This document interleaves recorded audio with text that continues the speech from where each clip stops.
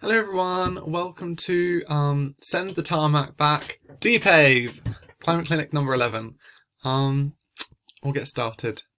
So, tarmac and side bay concrete. So tarmac is made of a mix of bitumen and asphalt, which I've spelled incorrectly here. Asphalt, there you go. You're welcome.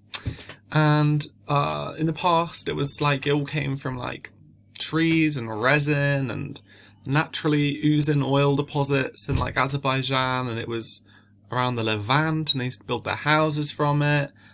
But no more is this bitumen or anything naturally derived. For the most part, it's kind of the derivatives of the oil refinery process, the kind of the sludge that's left at the end. They're like, what can we do with this byproduct of our petrochemical industry? Let's make it into another commodity and sell it for money. So that's why roads are so, in some ways, easy to build. It's because we have a large supply of this very cheap waste product from the oil refinery process. And asphalt is kind of like the little bits. That's what I understood, but maybe I don't understand it. Anyway, it doesn't really matter. But essentially, there's a lot of chemicals in bitumen. All of that sludge from the oil refinery process, I can tell you right now, it's got some carcinogens in it. So I wouldn't be out there licking any asphalt or bitumen anytime soon. Anyway, at the moment, cities are designed not necessarily for walking, but for cars and for the era of the engine. And so there's some statistics which I've linked at the end, also sources, but essentially modern cities, 25% to 40% of the city surface area is covered by roads and parking. And it's a huge area we're talking about in a time when space is at such a premium, and often, human life is kind of being not prioritized over some of these road and parking facilities. People are living in very cramped conditions, which eventually lead to them having poor health, because we're using so much of our space for things that aren't livable. Anyway, so I've got some photos here. You can see a roadway in LA, a bit extreme, but yeah, they take up a lot of room, and they just mess with like the way water is collected and stuff. It can't soak into the ground if you've got concrete or tarmac. And here you can see an LA airport. It's a huge area of what was, if you imagine before humans were there, just formerly, probably scrubland, a little bit of trees, a little bit of this, a little bit of that. And this is certainly not going to be soaking any water in if it rains. It's all going to be flash flooding off. Here's London, and you can see that it's not on a grid pattern, and that's because older cities, especially historic ones, they were built for the era of horse and cart, or even before that, they were built for the era of walking, especially. And so often these cities have a much lower percentage, especially in their cores, of road/parking area surface. So in lots of ways, central London is not a good example, but there are lots of other places and suburbs of London that on the whole mean our city does have a very high surface area of roads and parking.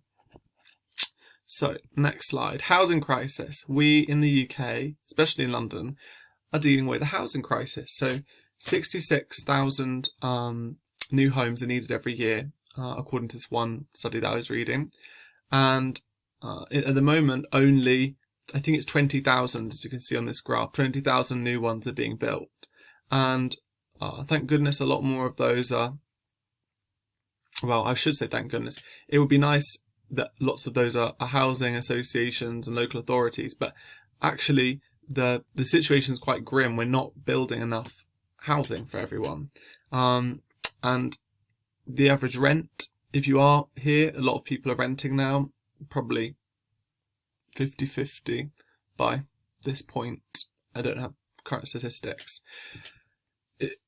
It's so expensive that, especially as a younger generation, we have no ability to accumulate wealth. Not that I think that's something we should be doing, but that's what a lot of people want to do. And just looking at it, it's very difficult for this generation to accumulate anything if it's, for the most part, being paid on. And not just this generation, but especially lots of communities where home ownership is low.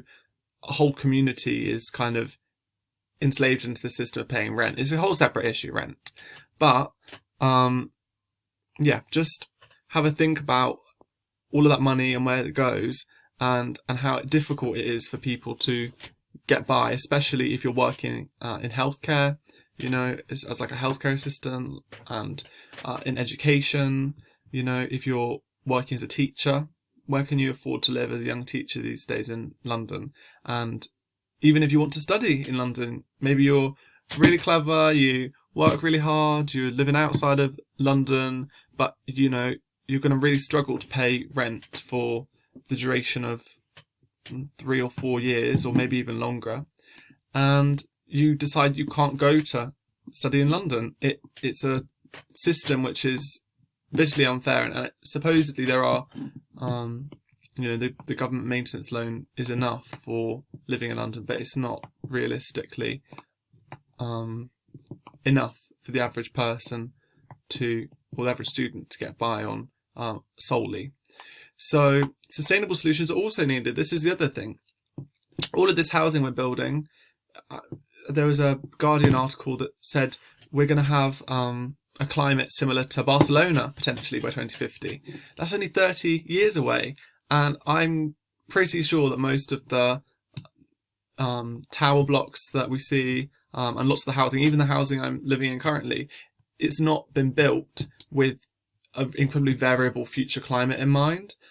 These spaces will have to be modified hugely at great expense in order to stay comfortably livable. And so what we need is, when we're building new houses, we also need to be doing it sustainably. And that doesn't mean building whole floor penthouses at the top of skyscrapers. It means looking at things which are very low impact and they have a small footprint. But we also need to prioritise communities. It's a personal opinion here, but I think that these cities we live in currently that are built for us, it's not an organic process where we kind of added ourselves onto the edge. They're very impersonal, and a lot of the time when you're renting, or even if you own somewhere, these spaces that we have, they're very difficult to kind of personalise or to show personal expressions of beauty. Like, you can't paint your rented house. Not that that's maybe important to lots of people, but it does add to a sense of individuality and a sense of your own space, So we can see here an idea. Depaving. What is depaving? It's a movement which started kind of in Washington State, in Seattle, and kind of has expanded to LA. It's still very West Coast centric, as are so many environmental things. But coming to a continent near you very soon, it costs a huge amount of money, because actually, although it's very cheap to put down asphalt, it's very expensive to remove it and to remove the contamination that it's caused. However, once it's been removed, what are you going to do with all that space? I mean, it's very interesting to me to think about how much space we have that is currently paved, that were it to be depaved, what could it be used for? Have a look around you when you're next in London and see if you see any empty parking spaces. And if you're living somewhere, I mean, where I live, I would say only 10% of the parking spaces in this little street are ever occupied.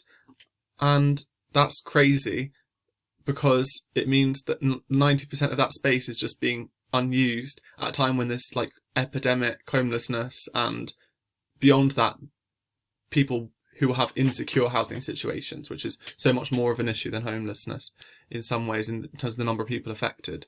So yeah, it's very interesting. What would we do with the space? So here we've got some examples I've just drawn and explained why they're useful and kind of multi solutions. So we've got here some pictures of some tiny houses that you could build within those spaces. They're very small homes, but with a huge ability to kind of personalize them and make them quirky and have some sort of sense of individuality and character, and reflect you as a person a bit more, as opposed to just being a box within which you inhabit. Communities, these little tiny home communities, because they're so small and walkable, often and they're green, and there's often elements of food growing and communal resources that you might have to manage, like maybe you'll have communal water facilities or communal all sorts of communal things. There's more of a sense of community in those places potentially, so that would be real nice, especially living in somewhere like London, where there's, for me, a real lack of sense of community beyond the student community. Biodiversity crisis and health crisis.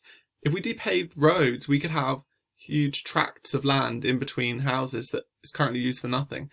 It could be given over to things like cycle lanes, and the rest of it could be turned into green space and growing space for people who live in flats and don't have any access to green space. I think everyone should have the ability to interact with nature in their own way. And legally, we're in this country entitled to allotments. I can't remember how it works, but something to do with the World War. Don't get me into it, but I'm a big pusher of that. It deals with the biodiversity crisis, deals with the health crisis, gets people in touch with nature, even if they're living in the city. It probably is great for your health. Let's be honest. If you're eating some food that you've grown, you understand where food comes from a bit better.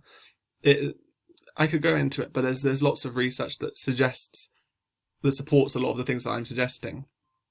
The other thing is, this is an amazing opportunity for climate resilient homes. So in the future, places like London technically will be under sea level, and all of the things we're building now, the literal trillions of pounds of energy and effort that have gone into making London how it is now, are at risk. And maybe it's not just London this applies to, but so many cities around the world are at risk from sea level rise, but not just sea level rise, temperature changes, changes in precipitation and rainfall, that would make them less easy to live in. Spread of tropical diseases. We can't predict the future, but having the ability to quickly move some of the spaces that we've built for people would be a really climate resilient form of building. And so you could have tiny homes that are built on wheels, essentially, and you can just drive them off to somewhere else if the area where you're living ends up being affected by a really awful heat wave. And you'd require a road, clearly, to move this thing. And the thing is, I'm not proposing that we have no roads, nor is I think anyone within the depaving movement. But 25 to 40% of a city surface area is too much. 15%, 5%. Think about that much space that we've saved and what we could do with it, and the way it can make people's lives better. So, yeah, it deals with lots and lots of issues. Yeah, and even cycling. It's healthy for us. It's a lot healthier, and it would deal with air pollution. And yeah, so I've got some questions at the end to think about. And then that'll be it for this climate clinic. So questions. What, in your eyes, just have a think to yourselves, what are the negatives and positives of our current road system? Number 2, what would you like to do with all the new space if we depaved on a major scale in London or whatever city you happen to be in now? What would you like to do with that space if you could do anything with it? 3, who benefits from not changing our car-centric, space-heavy road system that we currently have? Who benefits from that? Is it young people? Is it people who can't afford cars? Is it people who get asthma? I'm kind of a bit biased, obviously, as you can tell, but for you to think about in your own time. Anyway, I've got the bibliography at the end here, so enjoy if you care to have a read. And thank you for coming to today's Climate Clinic. Next Climate Clinic will be next Sunday. We are not doing a Google Hangouts this week, but maybe we'll resume doing those if people want to. I hope you have a great week, stay safe, and yeah, stay green.